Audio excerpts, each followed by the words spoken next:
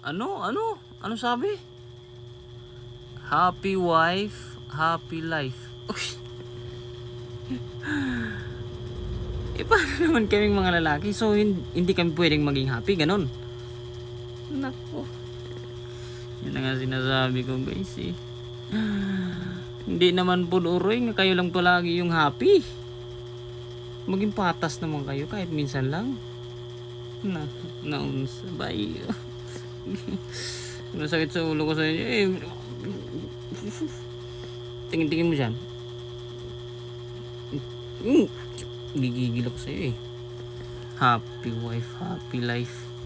Saan nyo ba nakita yan? Hindi, joke lang, joke lang. Totoo talaga yun.